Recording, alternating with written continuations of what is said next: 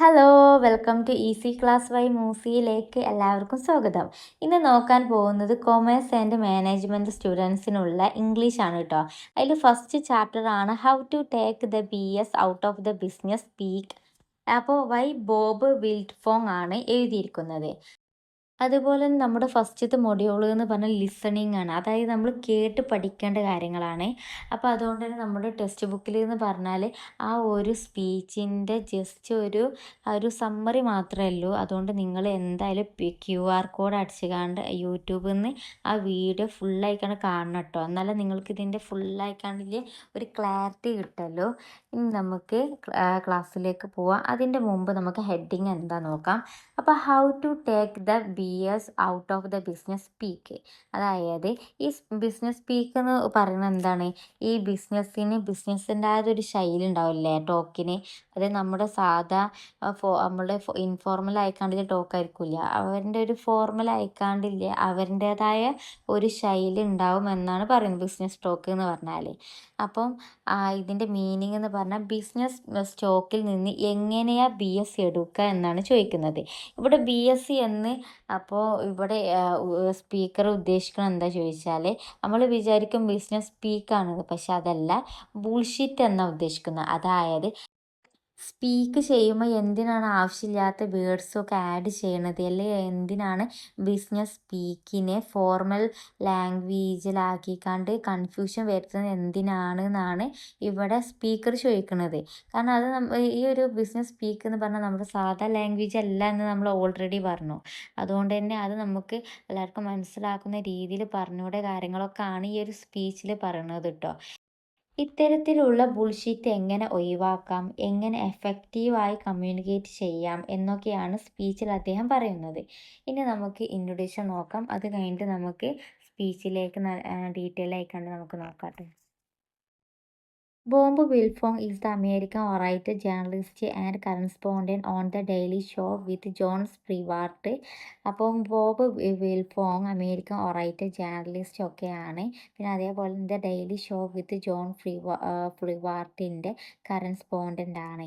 അദ്ദേഹം ഒരു ഡിക്ഷണറി അപ്പോൾ ഒറൈറ്റർ ചെയ്തിട്ടുണ്ട്. Uncovering the origins and the true meaning of the business സ്പീക്കാണ് ആ ഒരു ഡിക്ഷണറിൻ്റെ പേരിന്. പിന്നെ അതേപോലെ തന്നെ അദ്ദേഹം ഒക്ടോബർ 2022 ഒരു ഓസ്ട്രേലിയയിൽ വെച്ചൊരു കോൺഫറൻസ് അപ്പോൾ അദ്ദേഹം പറയുന്നുണ്ട് എങ്ങനെ ബിസിനസ് സ്ട്രീക്ക് നല്ലതുപോലെ സംസാരിക്കുക എന്ന് അദ്ദേഹം പറഞ്ഞു തരുന്നുണ്ട്. പിന്നെ അതേപോലെ തന്നെ Wilfong's talk provide a better idea about the expression used the business speak. അതായത് ബിസിനസ് സ്പീക്കിൽ എങ്ങനെ എക്സ്പ്രഷൻ യൂസ് ചെയ്യണം എന്നൊക്കെ അദ്ദേഹം പറഞ്ഞു തരുന്നുണ്ട് ആ ഒരു സ്പീച്ചിൽ. ഇനി ലാസ്റ്റത്തെ പോയിന്റ് ടെഡിനെ പറ്റിയാണ്. ടെഡ് സ്പീച്ചാണ് കേട്ടോ അത്. അപ്പോൾ ടെഡ് എന്ന് പറഞ്ഞാൽ ഇപ്പോൾ ടെക്നോളജി, അതേപോലെ എൻ്റർടൈൻമെൻറ്റ്, ഡിസൈൻ, അത് അങ്ങനെ ഏത് കാറ്റഗറിയിൽ ഒരാൾക്ക് ടെഡ് സ്പീച്ച് നടത്താം. അത് കുറച്ച് 20-25 മിനിറ്റ് വെച്ച് നടത്തുന്ന ഒരു സ്പീച്ചാണ്. അപ്പോൾ ഇത് ഫൗണ്ട് ചെയ്തത് റിച്ചാർഡ് സോൾ വുഡ്മാനും പിന്നെ അതേപോലെ ഹാരി മാർക്സുമാണ് 1984. ഇനി നമുക്ക് നമ്മളുടെ അപ്പോൾ സ്പീച്ചിലേക്ക് പോവാം. Wolfgang begins his talk by defining business speak as the language we use on the job and only on the job to describe and define things. അപ്പോൾ ഇത് ബിസിനസ് സ്പീക്കിൻ്റെ ഒരു ഡെഫിനിഷനാണ്. ആ ബിസിനസ് കാര്യങ്ങളിൽ നമ്മൾ ഉപയോഗിക്കുന്ന ഭാഷയാണ് ഇവിടെ ബിസിനസ് സ്പീക്ക് എന്ന് പറയുന്നത്. അപ്പോൾ ഇത് ബിസിനസ് സ്പീക്കിൻ്റെ ഒരു ഡെഫിനിഷനാണ് കേട്ടോ. അപ്പോൾ even the simplest, most straightforward communication becomes in alien talk when there is in excess of business jargon. Business jargon എന്ന് പറഞ്ഞാൽ ബിസിനസ്സുകാർ യൂസ് ചെയ്യുന്ന വേർഡ്സിനെയാണ് ഇവിടെ ജാർഗൺ എന്ന് പറയുന്നത്.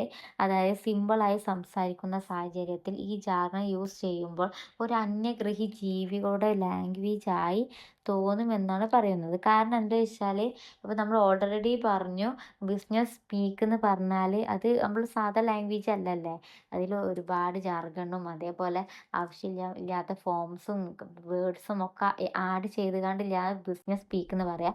അത് എല്ലാവർക്കും പെട്ടെന്ന് മനസ്സിലാവണമെന്നില്ല. അതുകൊണ്ട് കമ്മ്യൂണിക്കേഷൻ ജാർഗൺസ് യൂസ് ചെയ്യേണ്ട ആവശ്യമില്ല എന്നാണ് അദ്ദേഹം പറയുന്നത്. അപ്പോൾ will form first comes across the language of BS when his wife was the A conference call. അപ്പോൾ ആദ്യമായി അദ്ദേഹത്തിൻ്റെ മനസ്സിലേക്ക് BS വരാനുള്ളൊരു സിറ്റുവേഷൻ എന്ന് പറയുന്നത് അദ്ദേഹത്തിൻ്റെ ഭാര്യ ഒരു ബിസിനസ് കോൺഫറൻസ് കോൾ ചെയ്യുമ്പോൾ അദ്ദേഹത്തിനൊന്നും മനസ്സിലാവണില്ല.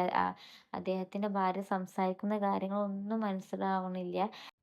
അതൊരു ബിസിനസ് സ്പീക്ക് ആയതുകൊണ്ട് അതിൽ ആവശ്യമില്ലാത്ത ഒരുപാട് വേർഡൊക്കെ വന്നതുകൊണ്ട് അദ്ദേഹത്തിനൊന്നും തന്നെ മനസ്സിലായിട്ടില്ല എന്നാണ് പറഞ്ഞത്. അതുകൊണ്ട് ഒരു കോമഡി എന്ന രീതിയിൽ അദ്ദേഹം പറയാണ്, ഇനി ഞാനൊരു ബിസിനസ് സ്പീക്കിനെ പറ്റിയൊരു ഡിക്ഷണറി തന്നെ അവിടെ ഉണ്ടാക്കാം. കാരണം അദ്ദേഹത്തിനൊന്നും മനസ്സിലാവാത്തതുകൊണ്ട്.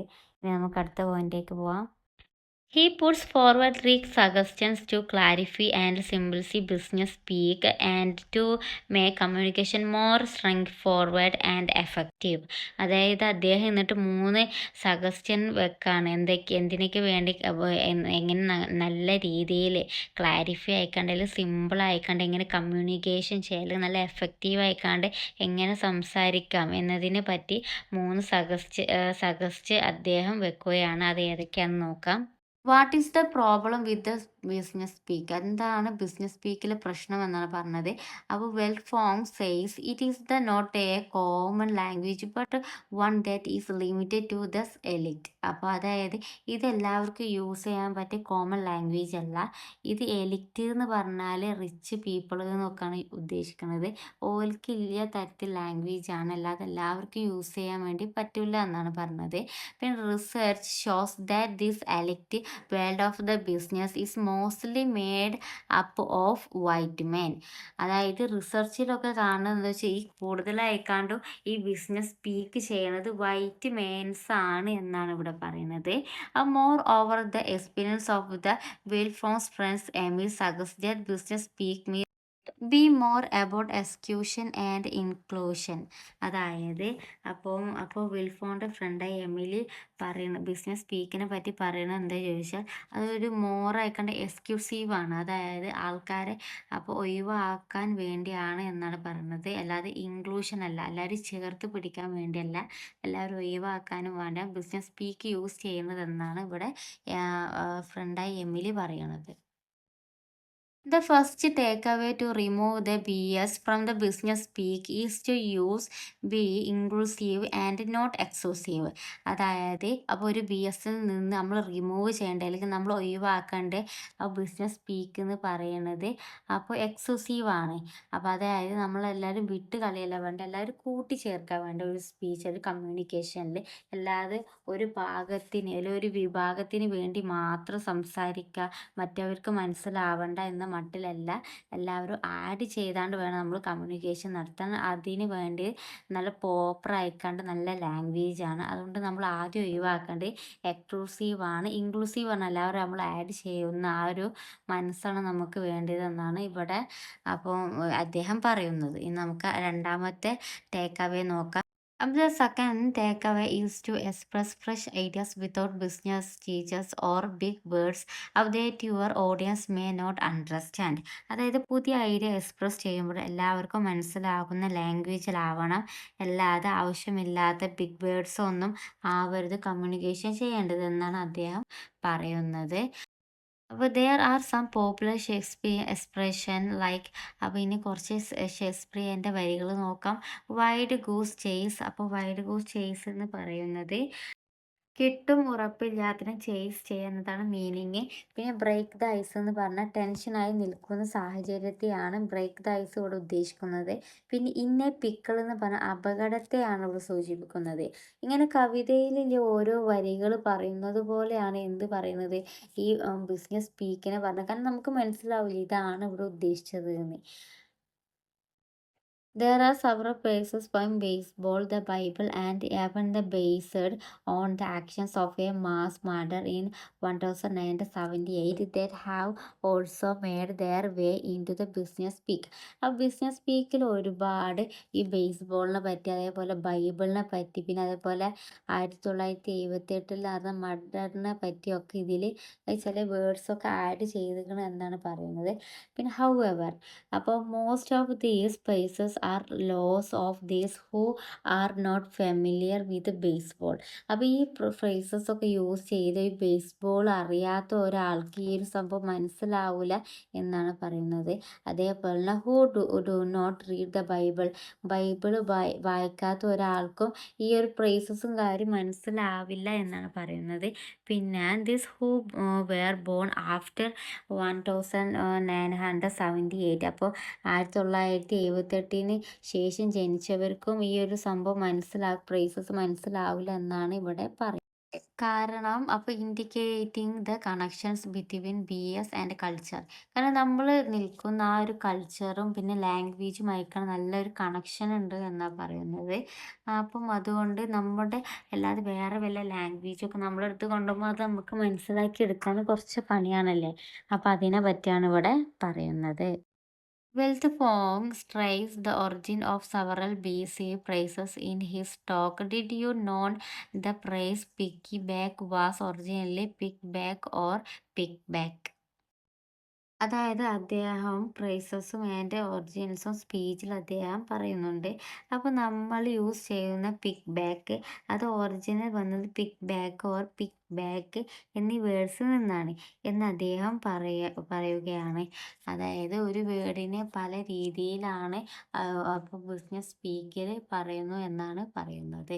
ഇനി നമുക്ക് അടുത്ത പാരഗ്രാഫ് നോക്കാം. The interconnected nature of the BS and culture lead to the third takeaway. അതായത് മൂന്നാമത്തെ ടേക്ക് അവേ എന്ന് പറയുന്നത് BS അതേപോലെ തന്നെ കൾച്ചറും കണക്ഷനും ഉണ്ട് എന്നാണ് പറയുന്നത്.